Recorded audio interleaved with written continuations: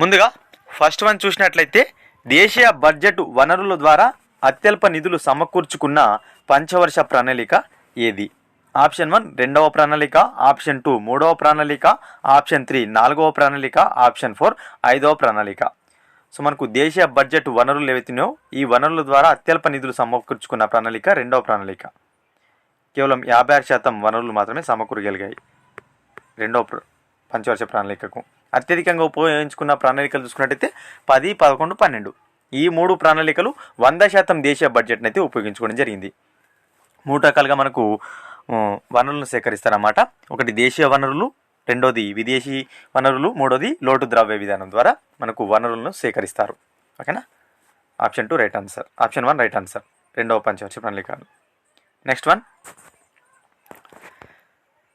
మొదటి ప్రణాళికకు సంబంధించి క్రింది వాటిలో సరికానివి అడిగారు. ఓకేనా? మనకు మొదటి ప్రణాళిక ఏదైతుందో పంచవర్ష ప్రణాళిక, దీనికి సంబంధించి సరికానివి అయితే అడగడం జరుగుతుంది. సో ఆప్షన్ ఏ లక్ష్యం 2.5, అదేవిధంగా సాధించింది 3.5 అంటున్నారు. ఆప్షన్ బి వ్యవసాయ రంగంకు 31% నిధులు కేటాయించారు. సో ఇందులో ఏది తప్పని అడుగుతున్నారు. ఏ తప్పు, బి తప్పు, ఏబి తప్పు, ఏబి కరెక్ట్. సో మొదటి పంచవర్ష ప్రణాళికకు సంబంధించి సరికానిది చూసుకున్నట్టయితే ఆప్షన్ ఏ చూసుకున్నట్టయితే లక్ష్యం 2.5 కాదు, 2.1. లక్ష్యం అనేది 2.1 ఉంది అనమాట మొదటి పంచవర్ష ప్రణాళిక లక్ష్యం. సాధించింది 3.6, 3.5 కాదు, కాబట్టి ఏ రాంగ్. బి చూసుకుందాం. బి ఏం చెప్పారు? వ్యవసాయ రంగంకు 31% నిధులను కేటాయించారు. సో సరైంది. సో ఈ మొదటి పంచవర్ష ప్రణాళికలో అత్యధికంగా మనకు వనరులు కేటాయించిన రంగం ఏదంటే వ్యవసాయ మరియు నీటిపారుదల శాఖకే అత్యధికంగా వనరులు కేటాయించారు, 31%. ఇది సరైంది. బి సరైంది, కానీ ఏ తప్పు. ఏ తప్పు ఎక్కడ ఉంది? ఆప్షన్ 1లో ఉంది. కాబట్టి ఆప్షన్ 1 రైట్ ఆన్సర్. ఏ తప్పు. చాలా చాలా ఇంపార్టెంట్. టీఎస్పీసీ అన్ని ఎగ్జామ్స్లో ఇటువంటి క్వశ్చన్సే మనం చాలా వరకు అయితే చూస్తున్నాం. ఇదే విధంగా ప్రాక్టీస్ చేయండి. ఓకేనా? అదేవిధంగా మన ఛానల్లో తీసుకొస్తున్న వీడియోస్లో ప్రత్యేకించి ఇటువంటి బిట్స్ అయితే నేను ప్రిపేర్ చేస్తున్నాను ఓన్గా. సో ఖచ్చితంగా వీడియోని లైక్ చేయండి ఫ్రెండ్స్. ఈ వీడియోని లైక్ చేయడం వల్ల చాలామందికి వీడియో అనేది రీచ్ అవుతుంది. ఇంకొన్ని వీడియోస్ నేను తీసుకురావడానికి నాకు సపోర్ట్గా ఉంటుంది. తప్పకుండా లైక్ చేయండి. ఓకేనా? మన ఆన్లైన్ టెస్ట్లో కూడా ఇటువంటి క్వశ్చన్స్ అయితే నేను ఇస్తున్నాను. ఆన్లైన్ టెస్ట్ రాయాలనుకుంటే ఫ్రీగా మన వెబ్సైట్ని విజిట్ చేయండి. ఎటువంటి డబ్బులు చెల్లించాల్సిన అవసరం లేదు, ఫ్రీగా రాసుకోవచ్చు. నెక్స్ట్ వన్, విదేశీ సాయాన్ని అధికంగా ఉపయోగించిన ప్రణాళిక ఏది? సో మనం ఇప్పుడు చెప్పుకున్నాం కదా, 3 రకాలుగా మనకు వనరులు సేకరిస్తారు. దేశీయ వనరులు, అదేవిధంగా విదేశీ వనరులు, అదేవిధంగా లోటు ద్రవ్య విధానం ద్వారా. సో విదేశీ సాయాన్ని అధికంగా ఉపయోగించిన ప్రణాళిక ఏదని అడుగుతున్నారు. ఆప్షన్ 1 రెండవ ప్రణాళిక, ఆప్షన్ 2 మూడవ ప్రణాళిక, ఆప్షన్ 3 నాలుగవ ప్రణాళిక, ఆప్షన్ 4 ఐదవ ప్రణాళిక. మనకు విదేశీ సాయాన్ని అత్యధికంగా 3వ ప్రణాళిక అయితే ఉపయోగించుకోవడం జరిగింది. ఈ 3వ ప్రణాళికలోనే విదేశీ సాయాన్ని అత్యధికంగా ఉపయోగించారు. ఎంత శాతం అంటే 28% ఉపయోగించారు. 28% విదేశీ వనరులను ఉపయోగించుకొని ఈ 3వ ప్రణాళికను అయితే రూపొందించడం జరిగింది. చాలా చాలా ఇంపార్టెంట్. పంచవర్ష ప్రణాళిక నుంచి మనకు దాదాపుగా లాస్ట్ గ్రూప్ 2లో చూసుకున్నట్టయితే 7 నుంచి 8 క్వశ్చన్లు దాకా అడగడం జరిగింది. కాబట్టి డీటెయిల్గా చూసుకోవాల్సిన అవసరం ఉంది. ఈ వీడియోలో మొత్తం పంచవర్ష ప్రణాళికకు సంబంధించిన క్వశ్చన్స్ ఉంటాయి. ఓకేనా? గమనించగలరు. నెక్స్ట్ వన్,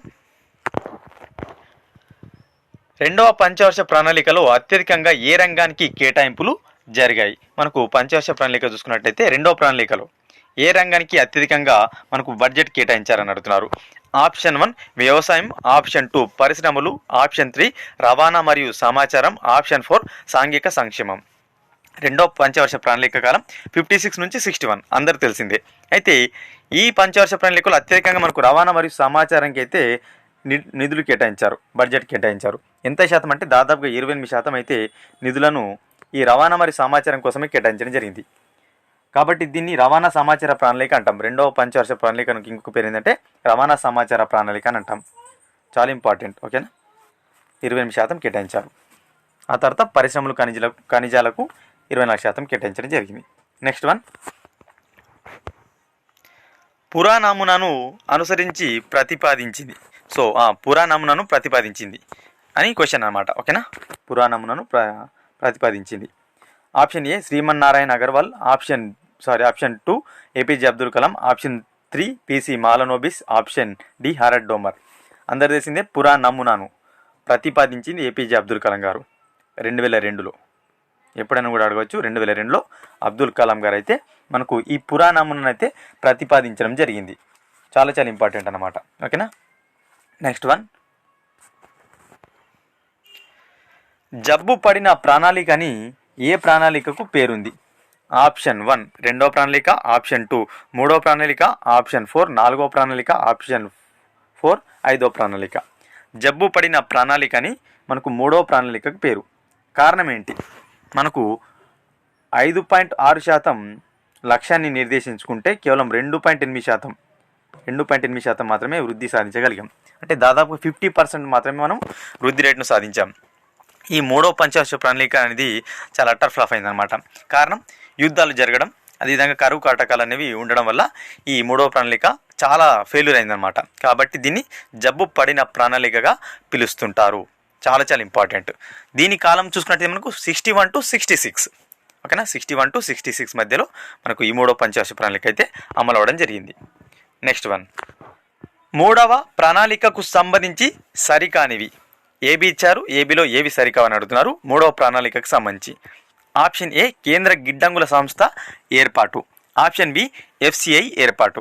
ఈ రెండిట్లో ఏవి తప్పని అడుగుతున్నారు. చూసుకున్నట్టయితే కేంద్ర గిడ్డంగుల సంస్థ ఏది ఉందో ఇది మనకు రెండవ పంచవర్ష ప్రణాళిక కాలంలో అయితే ఏర్పాటు అవడం జరిగింది. 1957లో ఏర్పాటైంది. కానీ మనకు మూడవ పంచవర్ష ప్రణాళిక కాలం ఏది? 61 to 66. కాబట్టి ఏ తప్పు. సో ఇంకోటి ఇచ్చారు ఆప్షన్ బి ఎఫ్సిఐ ఏర్పాటు, ఫుడ్ కార్పొరేషన్ ఆఫ్ ఇండియా అనేది మనకు మూడవ పంచవర్ష ప్రణాళిక కాలంలో ఏర్పాటైంది అంటున్నారు. ఇది రైటే. ఎప్పుడు ఏర్పడింది మరి? 1965లో ఎఫ్సిఐ ఏర్పాటైంది. కాలం ఏముంది? 61 to 66 కదా. 65లో ఏర్పాటైంది. కాబట్టి బి రైట్. సో ఏ తప్పు ఎక్కడుంది? ఆప్షన్ 1లో ఉంది. Option 1 right answer. ఓకేనా. చాలా చాలా ఇంపార్టెంట్. నెక్స్ట్ వన్, హరిత విప్లవం ప్రారంభమైన ప్రణాళిక.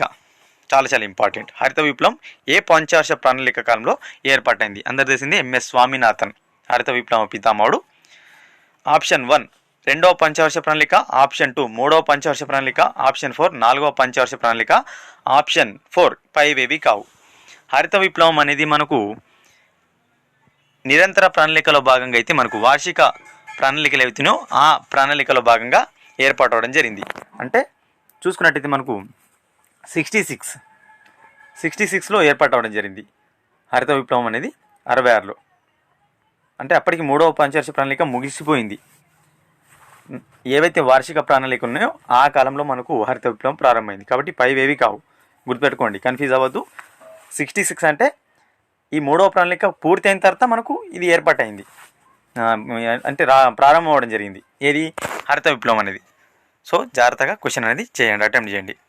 వార్షిక ప్రణాళిక కాలంలో హరిత విప్లవం వచ్చింది. నెక్స్ట్ వన్, నిత్యావసర వస్తువుల చట్టం చేసిన ప్రణాళిక. సో నిత్యావసర వస్తువులు ఏవైతున్నాయో ఈ చట్టంను ఏ పంచవర్ష ప్రణాళిక కాలంలో ఏర్పాటు చేశారని అడుగుతున్నారు. ఆప్షన్ 1 ఒకటవ పంచవర్ష ప్రణాళిక, ఆప్షన్ 2 రెండవ పంచవర్ష ప్రణాళిక, ఆప్షన్ 3 మూడవ పంచవర్ష ప్రణాళిక, ఆప్షన్ 4 నాలుగవ పంచవర్ష ప్రణాళిక. నిత్యావసర వస్తువుల చట్టం అనేది ఒకటవ పంచవర్ష ప్రణాళికలో భాగంగా చేయడం జరిగింది. ఎప్పుడు అంటే 1955లో చేశారు ఈ చట్టాన్ని. నిత్యావసర వస్తువుల చట్టం చేసిన ప్రణాళిక ఒకటవ ప్రణాళిక కాగా ఎప్పుడంటే ఏ ఇయర్ అంటే 1955 అని గుర్తుపెట్టుకోండి. 56 నుంచి రెండవ పంచవర్ష ప్రణాళిక వస్తుంది. నెక్స్ట్ వన్, ప్రణాళిక సంఘం కార్యాలయం పేరేంది? ప్రణాళిక సంఘం ఏదైతుందో ఈ ప్రణాళిక సంఘం ఉంటుంది కదా, దీని కార్యాలయానికి ఒక పేరైతే ఉంటుంది అనమాట. ఆ పేరేంటని అడుగుతున్నారు.